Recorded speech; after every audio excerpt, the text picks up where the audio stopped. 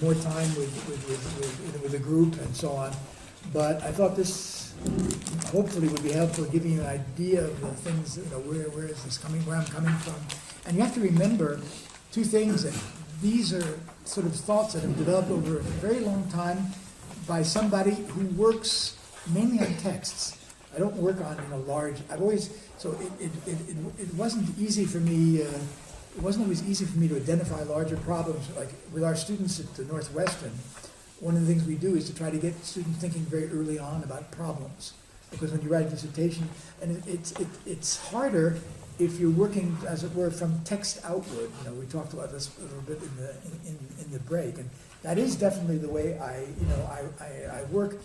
And I have to say that I find the payoff, everything I just said here, the payoff comes when you're working with singular items, whether it's a text or an event or an installation, an artifact, and so on, in which you discover something that you didn't know before, that wasn't obvious, and so on. That's the payoff. The payoff is not in a huge, a theoretical system. The framework that I just sketched is there in order to allow people to sensitize themselves, to look for certain things and to sensitize to certain things that are going on that might not be entirely obvious in different areas. But the payoff comes in your being able to actually make discoveries. So in that sense, working on a text or working on an interpretation of something is really, for me, what is more interesting than giving a large-scale, frameworks there. So just to hopefully, clarify that. Now, and there's also one other point I didn't get a chance to make. One of the things that was interesting for me in Deman, one of his essays is called "The Resistance to Theory." It's also the title of a book of his. And he starts out there by talking about his experiences in Harvard as an assistant teaching in a course a kind of great books course where they would do close readings of books. And he describes how there was never any problem in getting students to discourse generally on a specific text. The problem was getting them to read the text insofar as the text resisted what came easily, the general. And he in that essay, which is of course describing the resistance to theory, he really winds up also describing the resistance of theory. He calls it that. The resistance of theory to reading, let's say, in this sense. Why?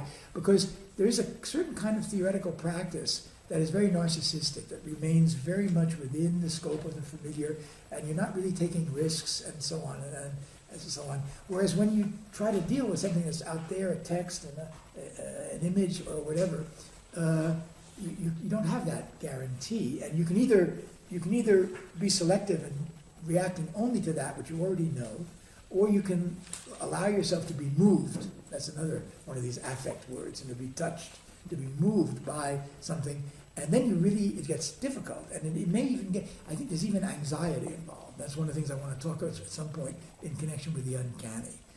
In other words, whether the process of reading interpretation is there in order to quell anxiety or in order to make anxiety productive.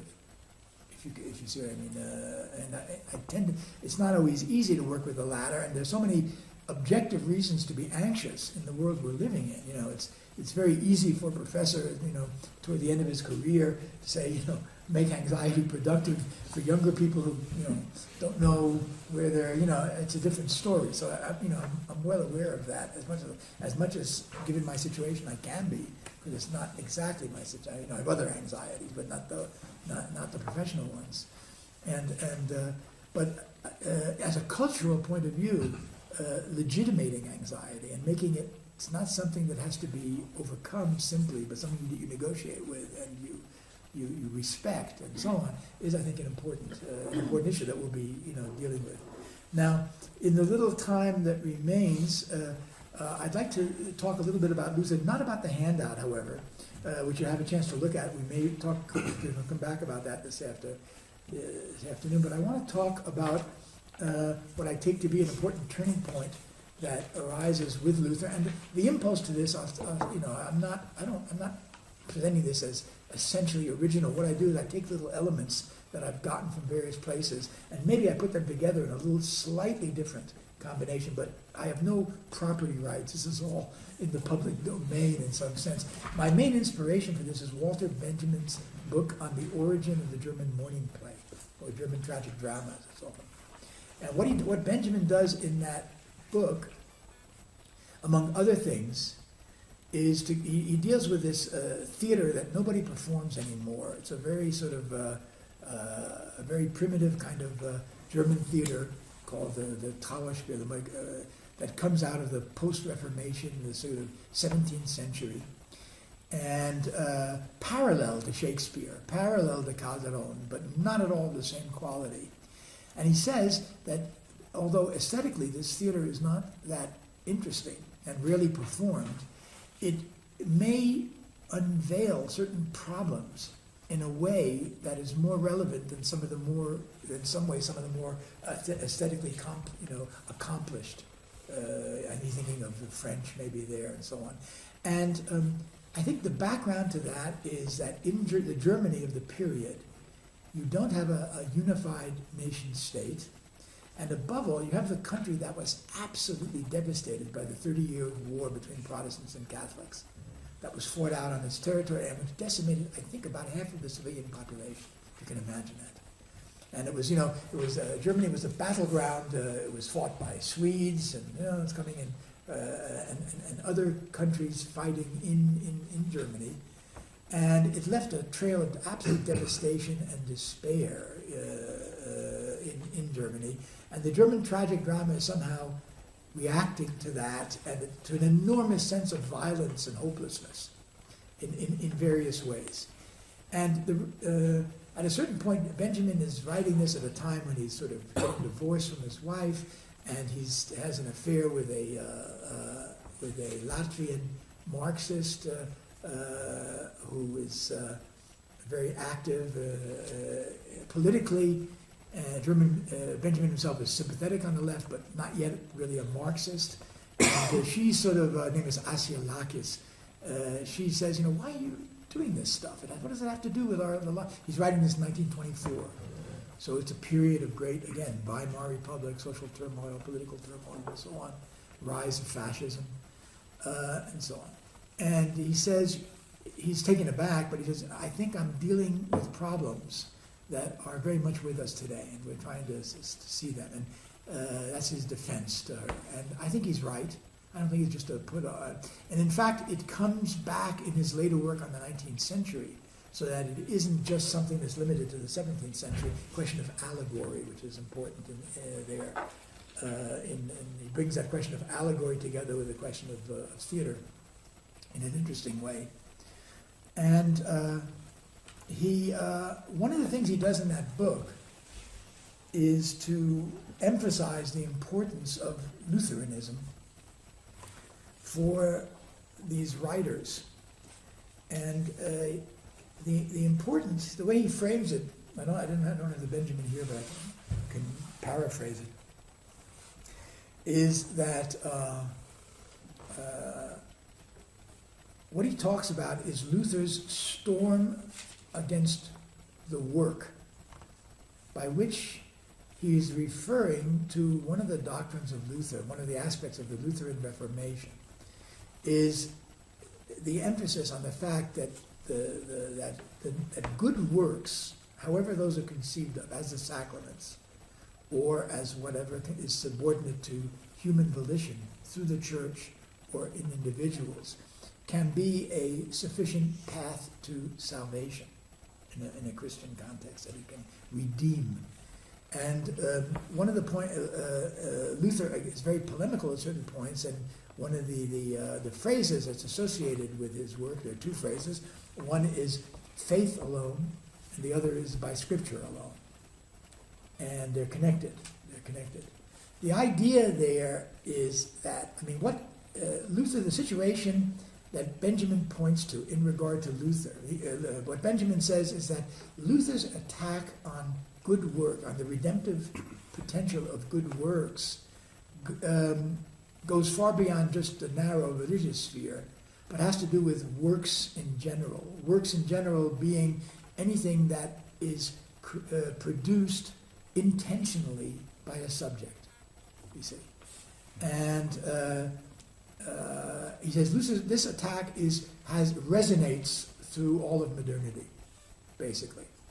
And it's a turning point and helps to define a kind of quandary, which I think for Benjamin at least determines a lot of the situation of the modern 19th century as well, and 20th century, and so on. And so I'm alerted to this issue of the question of the good work and what that involves.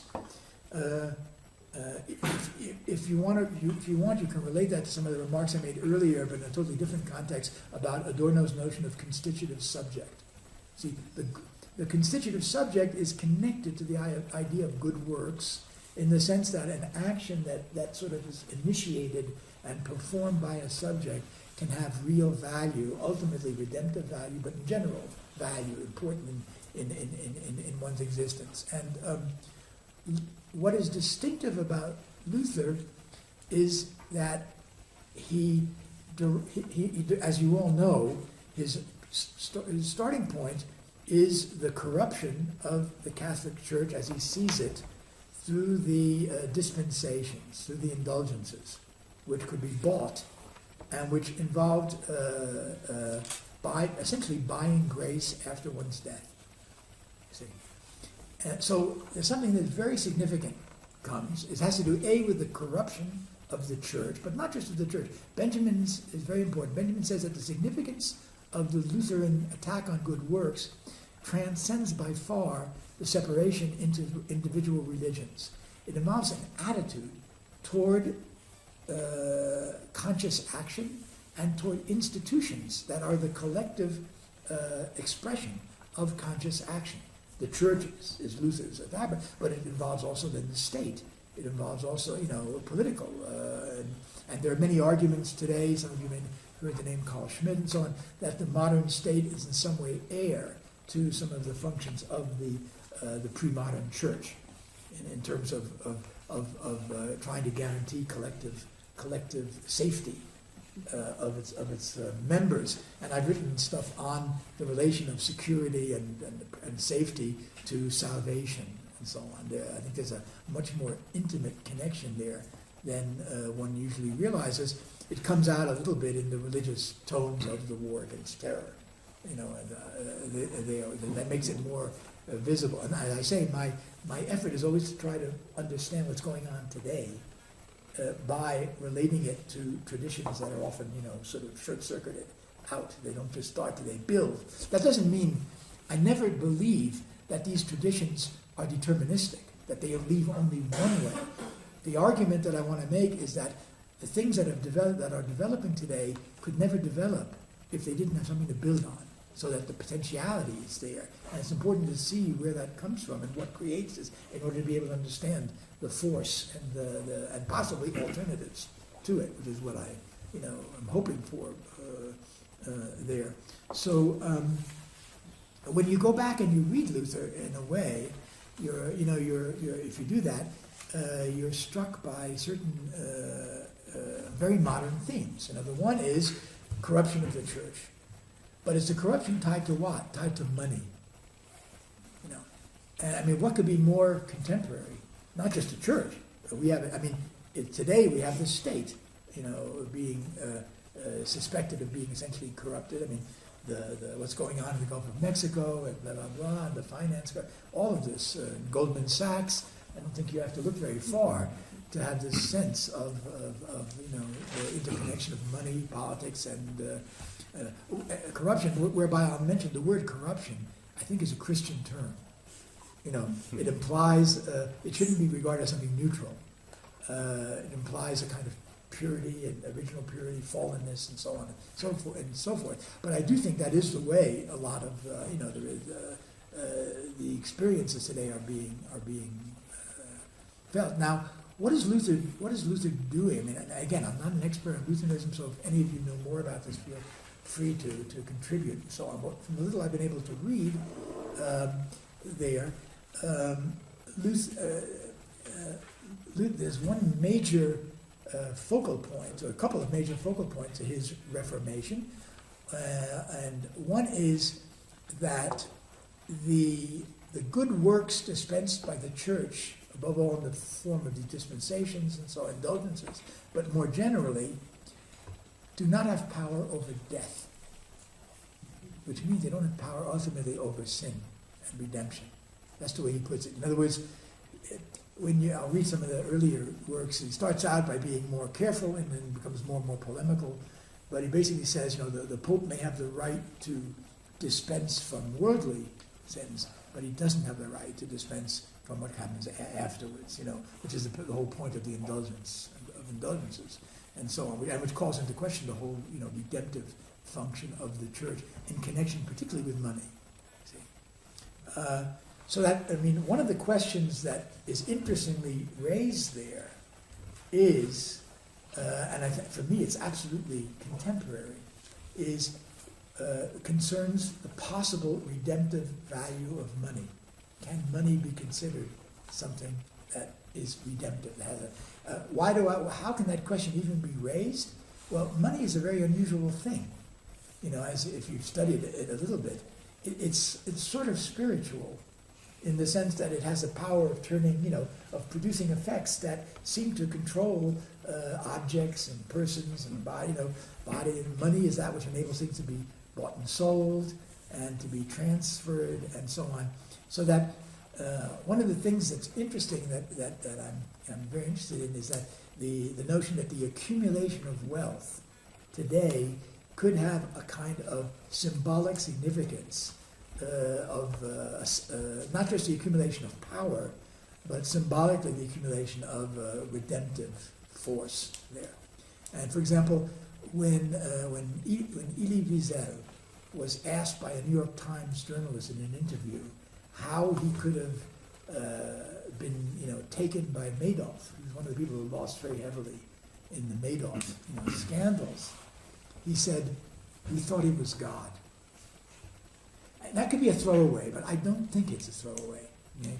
And it's also, Madoff is very interesting in that respect, because Madoff, as you know, probably, together above all with his brother, Peter Madoff, was one of the pioneers of the use of computers through global investment. Which couldn't be done before. His brother developed all kinds of, he was a computer wizard, developed axioms and so on that enabled him to do global trading. I don't understand the details particularly either. But that here's somebody whose success was tied very much to a new exploitation of technology, computers, to trade with a speed and therefore, in terms of variation of prices and so on, efficacy that very few people. Madoff was one of the people who founded the NASDAQ, which is based on computer, trading and so on. So, his success is symbolic and significant, not in an abstract way, of the use of technology in order to, but his standing with the people that then, confided in him, could be expressed by Wiesel in a very traditional way. We thought he was God. We didn't, and he was basically promising not an excessive return, or not a seemingly excessive. He promised his investors something like about a 10, 11, 12, years that the stock market was going up 25%, at the time of the bubble. It seemed like just so he was in a way promising a kind of security. He had a lot of benevolent associations who were, confiding in him and so on. So it was a kind of a benevolent father figure, and at the same time with a kind of almost a divine type of. But why divine? Because secret. Because nobody could understand exactly. He says our algorithms are secret. We can't divulge. He even told the SEC things like that. You can't really tell you because that would be giving away to our competition, et cetera, there. So there is a very interesting connection between money and I would say salvation there, and between certain hopes of salvation that strikes me as very worth thinking about in this context. It's also very, very different with the Greeks. For example, if you read Antigone, if you read Antigone, is it Antigone? I think it's Antigone. And Creon, who is justifying himself when he's confronted with the prophecy of Tiresias, who's this blind seer, that says he should he's driving to his doom, basically. He says Tiresias has been bought off. He's obviously doing this for money. And he says, so he already at that point, in terms of the Greeks, Creon, as representative of the state, is presenting himself as having the interest of the state, the polis, at heart, and money is private. Money is that of a private interest, you see. But the difference is the difference between his argument there and the position of Madoff is that it seems to me that money is never conflated with the possibility of the collective or of the divine, the way it could be in certain traditions today, or even in the bourgeois tradition. The accumulation of wealth. Max Weber has written on this, in connection with Calvinism, the accumulation of wealth as a sign of grace of the elect and so on, financial success. But Max Weber is very interesting. Max Weber, in the second chapter of his book on the Protestant ethic, in the spirit of God, that he says that he writes a second chapter on Luther. And what he says there is very interesting. He says that had there been only Luther, there would never have been the relationship of capitalism to Protestantism that there is with Calvin. Why? Because the Lutheran attack on institutions and on everything connected with good works is much, much more even radical than Calvin's, and would not allow for the kind of stimulus and valorization of economic activity that you get then in the Calvinist version of Protestantism. So Max Weber makes a very important distinction in that book between Luther and Calvin, and says Calvinism, that's the source of that element in Protestantism which reinforces the rise of capitalism, but Luther is more radical there, and it doesn't develop in the same way, therefore, let's say in Germany than in some of the Calvinist areas, and so on. And Benjamin picks up in his book on that aspect, the kind of antinomial or anti-institutional aspect of Luther. So on the one hand, you have there are a couple of things happening here that are important. One is, in Luther, you have the retention of the promise of redemption. Luther never doubts about the existence of grace any more than he doubts about the existence of sin. In that sense, he remains within a Christian framework. What he doubts, what he transforms, is the access to grace. See, prior to Luther, the access to grace is more through individual action, through the Mass, through the sacraments, and so on. But with Luther, then, the shift becomes important. It then becomes essentially faith. He says good works without faith is just work. And it basically his whole attack on the existing Catholic Church, the positive aspect of it, has to do with the question of whether the sinful and therefore mortal nature of man can be redeemed and justified through good works, or anything that can be done through. And good works, again, have to do with, to some extent, free choice, with conscious action, deliberate action, and so on. Just like you decide to go to confession or you don't. You decide to go to the Mass or you don't. Luther doesn't simply say that that's all nonsense, but he says that's never enough. That's not the decisive point. And so what is then the decisive point? And that's where I want to read some things here. There, and that is what he calls faith. Let me just read first from this is an anthology of Luther's work by John Dillenberger, who sums up some of these points here.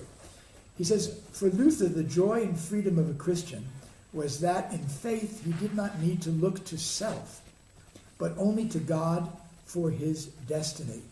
From this, it followed logically that the fundamental sin of man, that sin which is the foundation of all other sins, is man's attempt to justify himself, his unwillingness to accept that his future rests alone in the gratuitous act of God.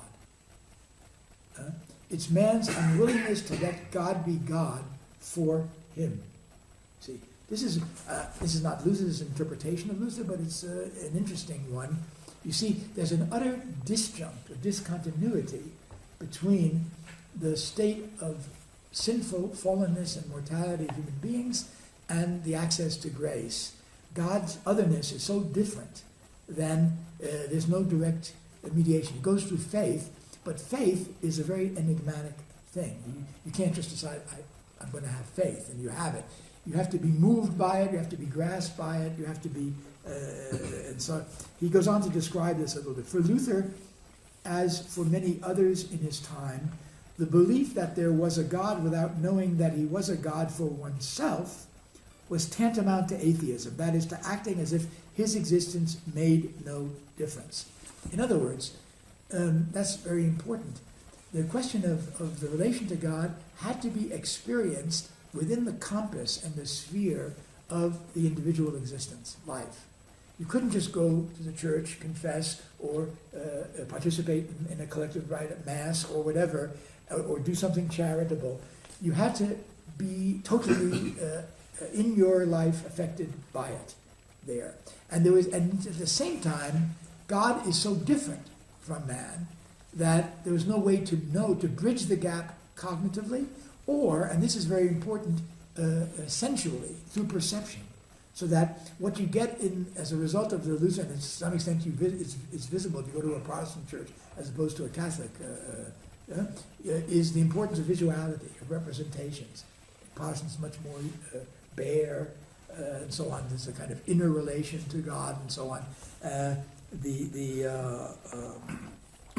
Again, let me give an example. So that also affects the status of the visible. In other words, Kant, by radically separating the world of phenomena for us and the world of noumena, it could be seen as a kind of secular continuation of this Lutheran emphasis on the radical distinction between the divine and the human, as the human being associated with the sensuous, the visible world, the world of representations, the divine with a grace that works through faith, but that is transcends knowability, knowledge, and so on,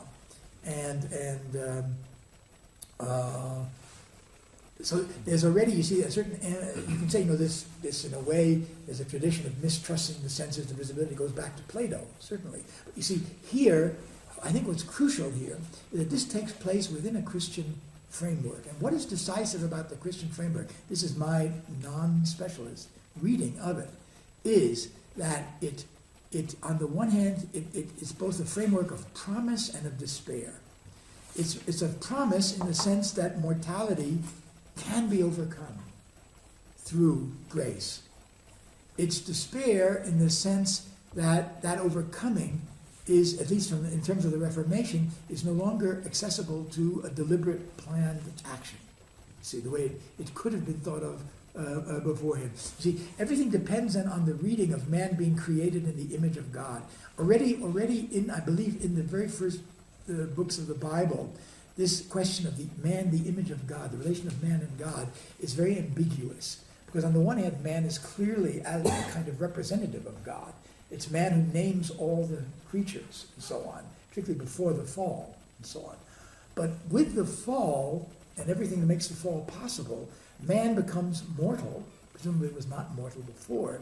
Death is a result of a crime, of a transgression, of a deed.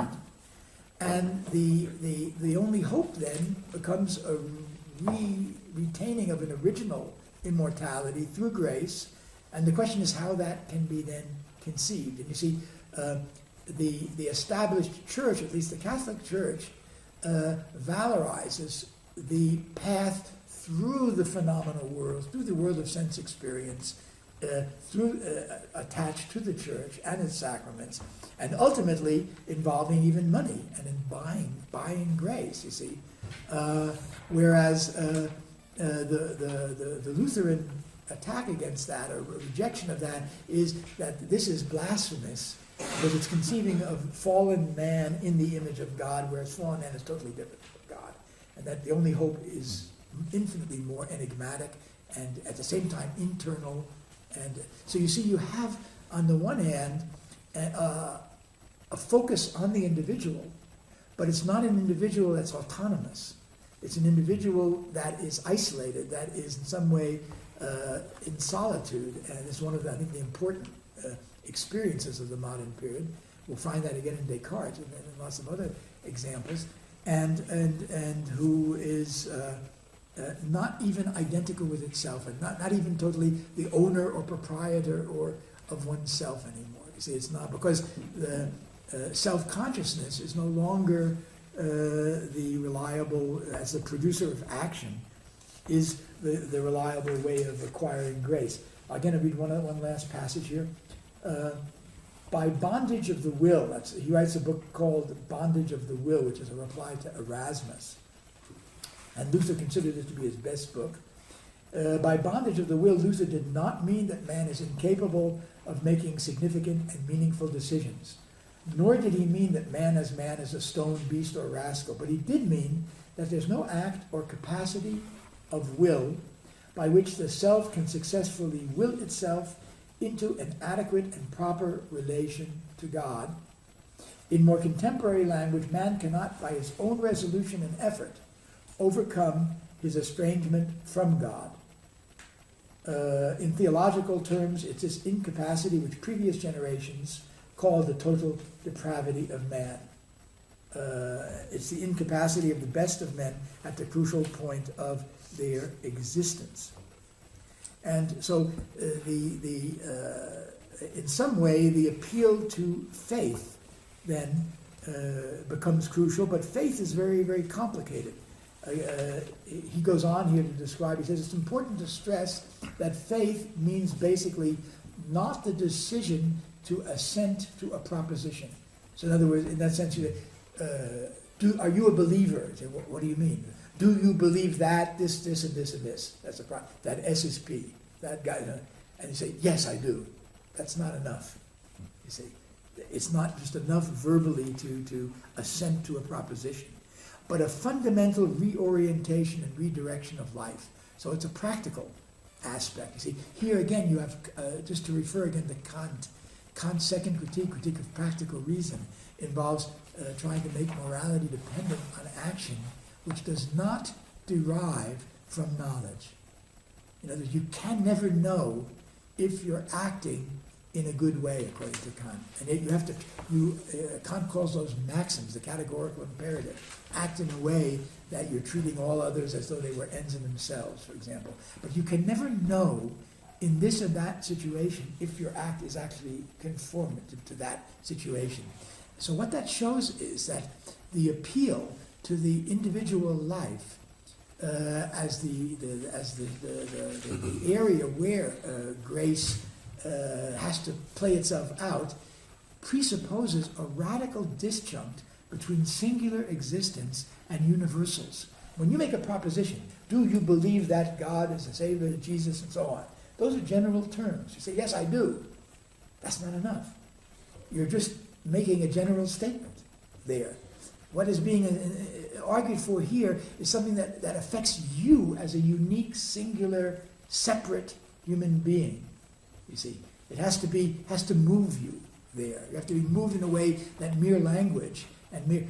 So you can sort of see how evangelical Christianity and so on, this is all related to that. But there's an underlying that is the belief that the universal can only be effective when it becomes a part of the individual existence, but that the individual, him or herself, can't simply decide on that verbally or by consciousness. Why? Because verbalness and consciousness in general works at a level of universals. You pronounce words that are understood by everybody, but they don't necessarily relate to your. See, there's a sense of the incommensurability of the, if you want, the individual existence. This is what I'm talking about in the sense of the singular, this tension between singularity and what I would call individuality. If by in individuality, it's more my individual existence is on the model of a universal God.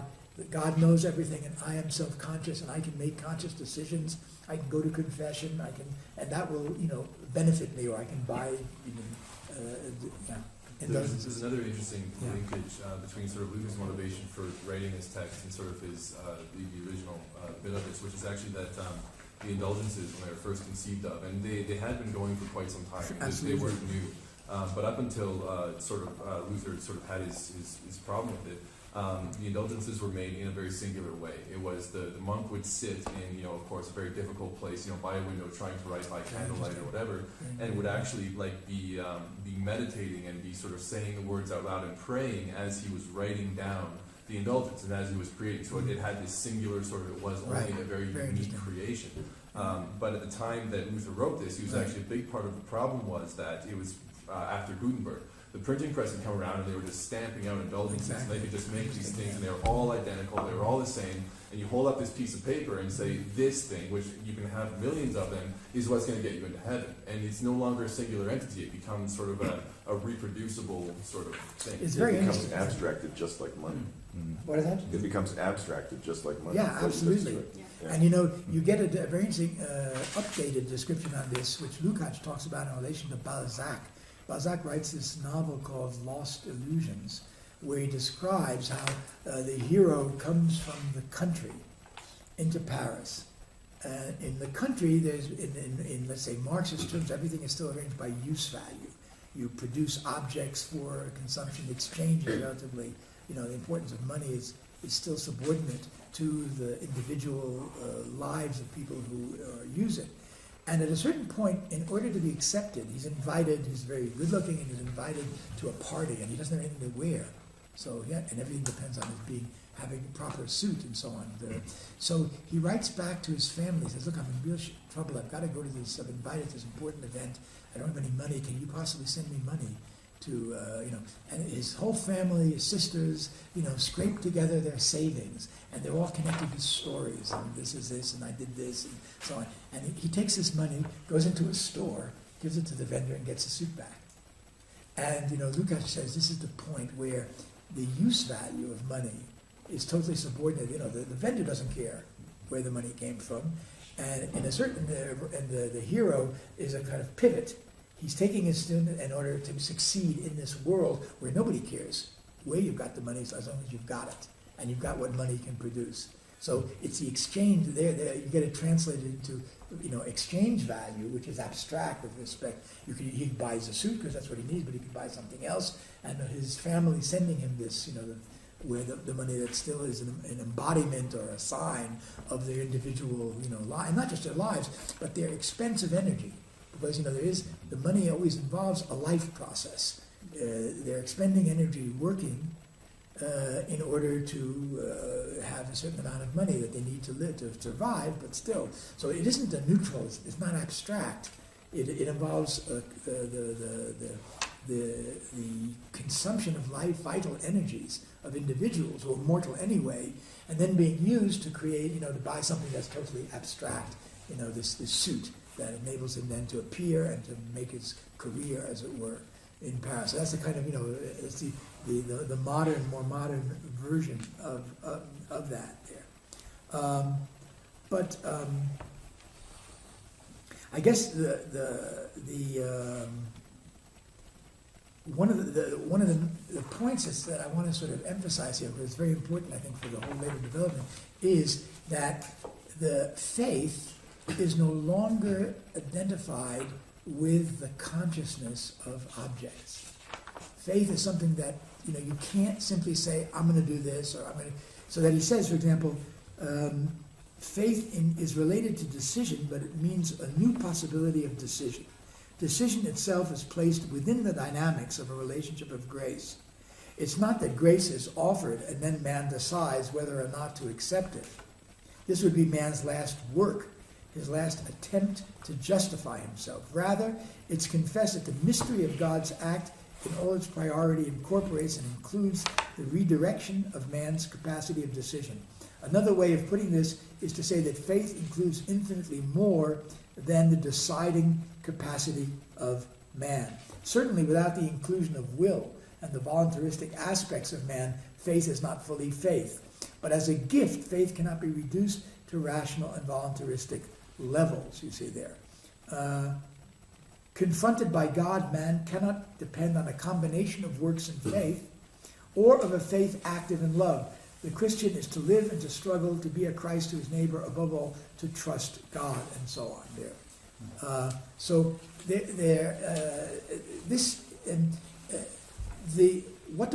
What I see there is a tension between a goal of individuality. Why do I call it individuality? Because ultimately, the goal is to obtain grace and to reconstitute the original, undivided, essentially divine unity of the individual.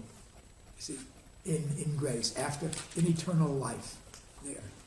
But that the reality of this world is the discontinuity, is the experience of solitude, despair, of a dilemma that seems to transcend any simple decision to act in this or that way. You see, so that faith is quite enigmatical there.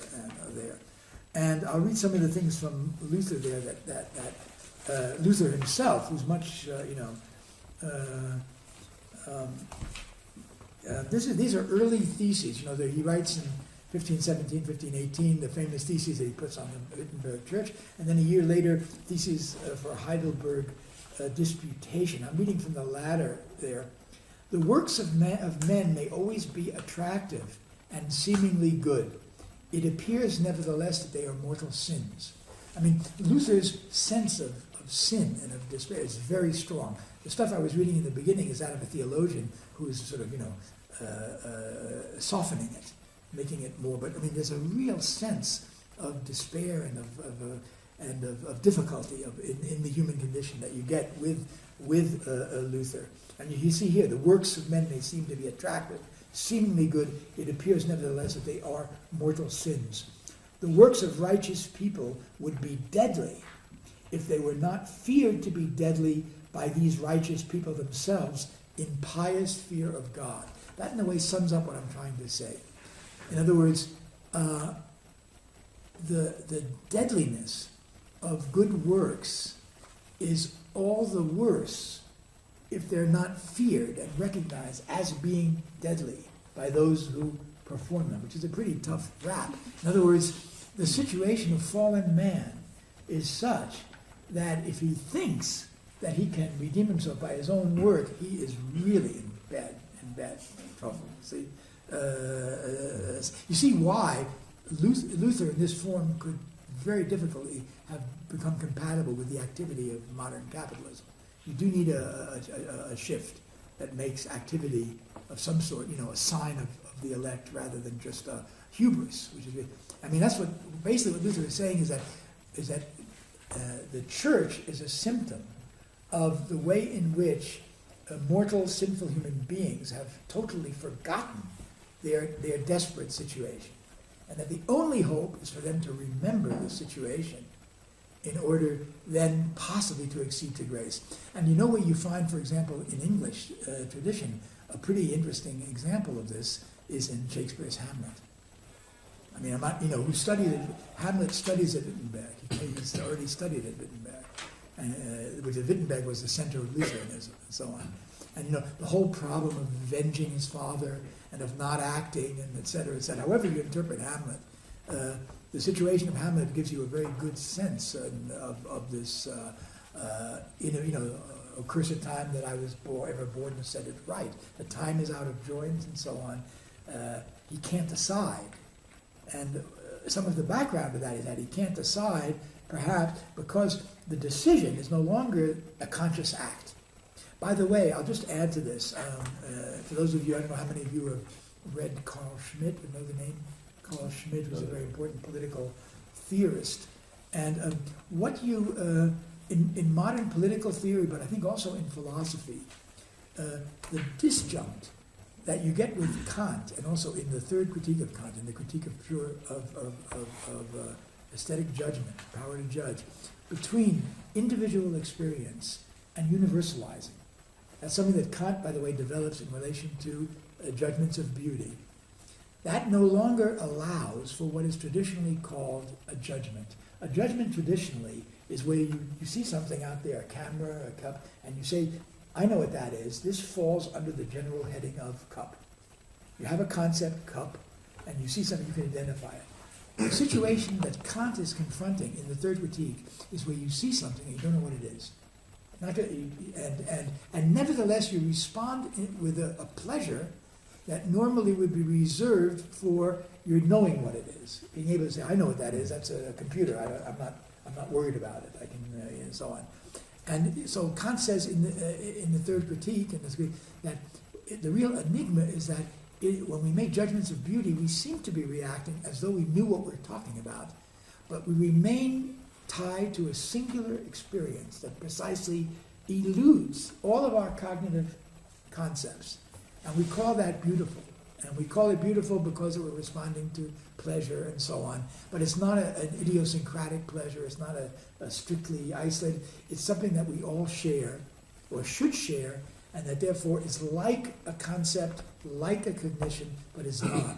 That's the point where aesthetics emerges in the gap between the singular and the universal, in the gap between the noumenal and the phenomenal. And at the same time, emerges as something which is a response to pleasure rather than a judgment. And in the political sphere, maybe even in the aesthetic sphere, but in the political sphere, you have a shift between what's called judgment, where you have a continuum between universals and individuals, to decision, the notion of decision, where you have a leap of faith, or a leap. There's no continuity between what you're deciding about and what you're and your general knowledge. So a decision creeps in with Kierkegaard. Kierkegaard has a lot on decision, and then with Schmidt and so on. It's there where you, in order to move from an experience of the world as individual events that aren't necessarily covered by concepts. For example, when you see avant-garde art, that's, some people you don't even know, is it art? That's why people in museums anxiously, the first thing they do always is look at who did it. That's always the first, I do it too, who did, it's okay, it's important, I can, because you're just confronted with the thing itself, I don't know, what is it? It's and so on. So art is one of the areas where this experience of the singular, the problematic relation of singular and universal is extreme, is constitutive maybe. That's why you can learn something possibly, or experience something in art that you haven't experienced. So you're not just saying the S is P, subject is predicate, the way you do it when you say, I know that this is a bottle of mineral water, and so on. See? So that's in a certain sense the argument that's behind there is that a certain conception of art, therefore, takes up the theological dilemma that first surfaces in such acuteness with Luther, saying, we are fallen in a world of isolated singularities, and we're all limited, and we're all mortal, and yet we have the hope of somehow transcending that through grace, through recovering a relation to something shared and universal. And for some that passes through religious faith, but increasingly in a secular world that passes through art, or it passes through knowledge. And scientific knowledge is another response to this situation where you have relative universality. In other words, in an experimental situation, I have to stop for this. In an experimental situation, you establish what can be called relative universality. In other words, the validity of an experiment is proven by the fact that you can reproduce under controlled circumstances, very important, under limited controlled circumstances. You can produce certain effects through certain procedures. And that has to be able to be done universally in the sense of by any group anywhere. See, so when you have different research groups in different parts of the world doing the same experiment, it's only when they produce the same results that it's even taken seriously. Not necessarily, but that's a necessary, if not sufficient condition. So that's also a response of a kind of limited universality that is based on the ability to control. And that ability to control is not always very clear. For example, some of you may remember the case of in a Utah group that about 10 years ago produced apparently positive results in cold fusion. See, and these results, first of all, enormous, because if it opens up incredible sources of energy and also economic, it would be absolutely enormous. People have been working for a long time. There were a number of different laboratories that produced these same results. They were nevertheless not accepted, and they were proven later to be faulty because the procedures themselves were then investigated close up, visually, clinically, and so on, and shown to be, not reliable. So that's why I mean that in other words, scientific validity doesn't exclude this problem, but includes it by limiting it to certain procedures that always have to be, where they challenge in a sense, in a Kuhnian sense, the established paradigms. They're going to be much more closely verified and challenged, also through observation. There was another experiment in France a few years ago by a very established, very respected biologist, who name escapes me at the moment, in which he did an infinite amount of dilutions that by molecular theory should no longer allow any kind of continuity, and claimed to be able to still have an effect of the original components that were in the water.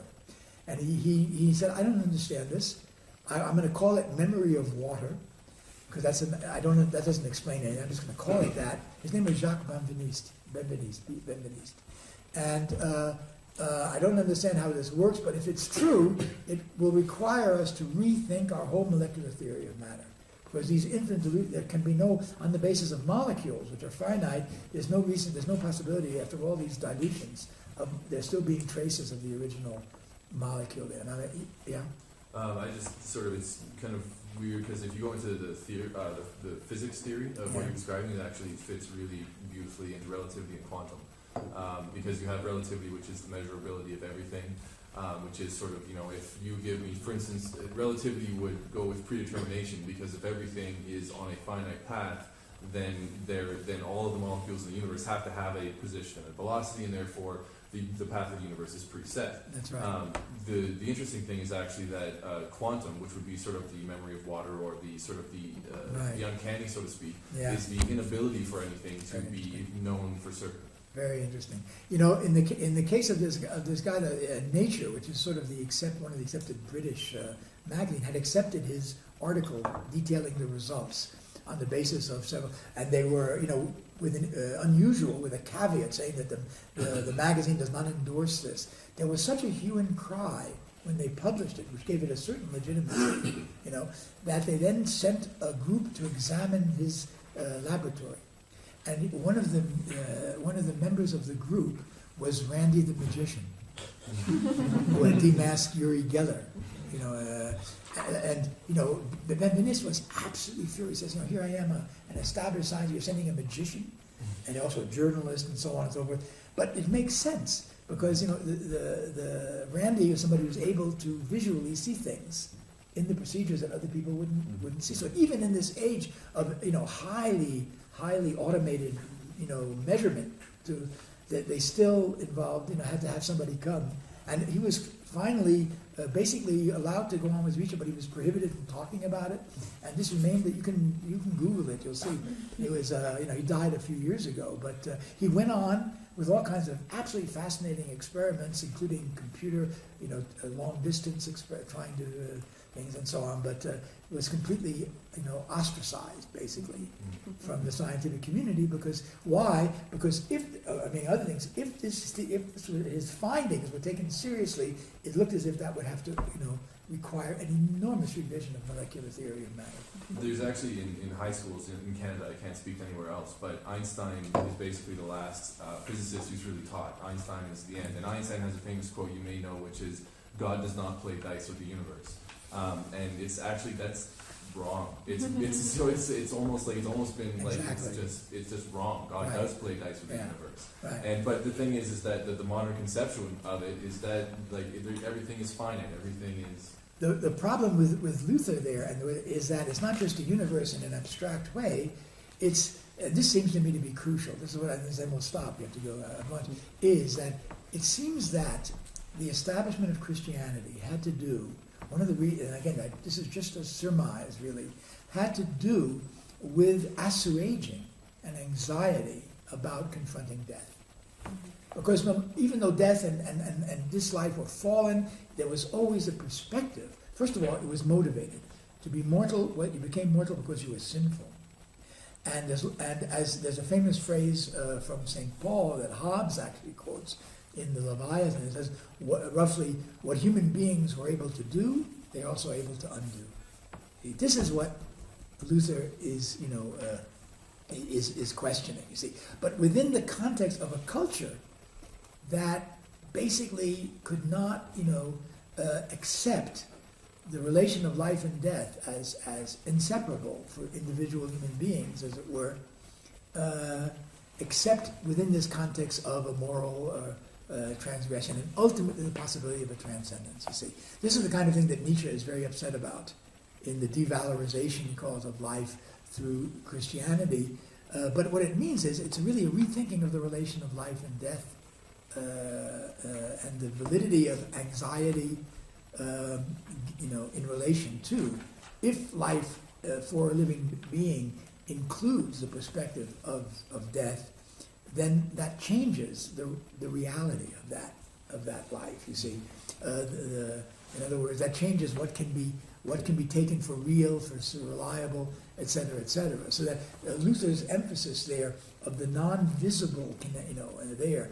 One of the things he says constantly is that the only reality is the reality of the cross. It's not the reality of glory. This is very interesting because the government writes a whole thing about glory, his last book.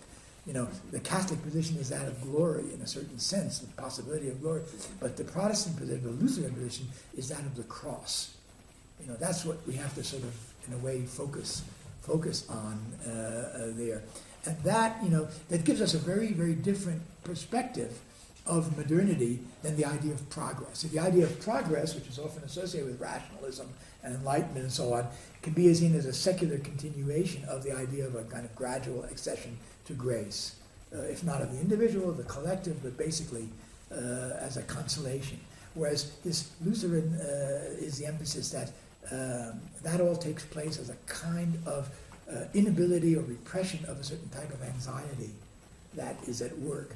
And that's what I want to try to look into a little bit more, because I think that the exploitation of that is what makes a lot of modern politics and economics function today.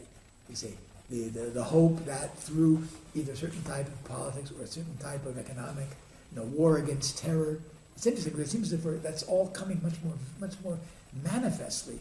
The war against terror is really written on there, but the war against terror is interesting because the object is not a being, it's a feeling, or terror is different things, but terror is also anxiety. It's a merger of an objective state of affairs and of a subjective feeling. And so, in a sense, the question here is whether or not the war against terror is not a return of that which has, been in a way underlying the Christian period throughout, but in a very problematic way, which is, the idea of grace as a war against terror that can be purchased either by money or by faith or what have you. So that's a little bit sort of the general perspective that so in this sense, at some point we'll get to maybe a little bit to the uncanny. The uncanny is a question of recognizing or not recognizing the legitimacy of anxiety in this context. Yeah. But to even add to that, to link with the uncanny, in Giorgio's Profanations, the concept of intentionally not defining what terror is, making it something beyond the profane, something sacred, something absolutely indivisible, something unknowable, and yet you can declare war on it. Yeah. But I mean, in other words, to declare war on it, I think, means that basically it can be objectified. Although the objective is it's a transcendent object. That's it. It's a transcendent object. That's why, it's very important that it be linked with faces, like the face of with names, like Bin Laden. If not Bin Laden, was someone else. The pack of cards that the Americans distributed in Iraq is an extremely interesting example. Almost a kind of game, the kind of game example. You've got to have faces, and you've got, the hierarchy there, and so on. But it's never just an abstract war. It has to be, See, it's what it does is to make the link between singular and universal. That is precisely the source of the anxiety. That's would be if you see what I mean. In other words, where you can't make the link between the singular and the universal is in the way in which mortality affects individual beings, because you can't represent it. You can't really represent. You can represent a tombstone and so on, but it's that which defies representation. Representation being one of the ways in which the universal and the particular can be tied together. You see what I mean? And I think that's what Luther is railing against when he says it's not the glory, which is it's the cross that has to be focused on. So I think we have to stop here. We're already over our time.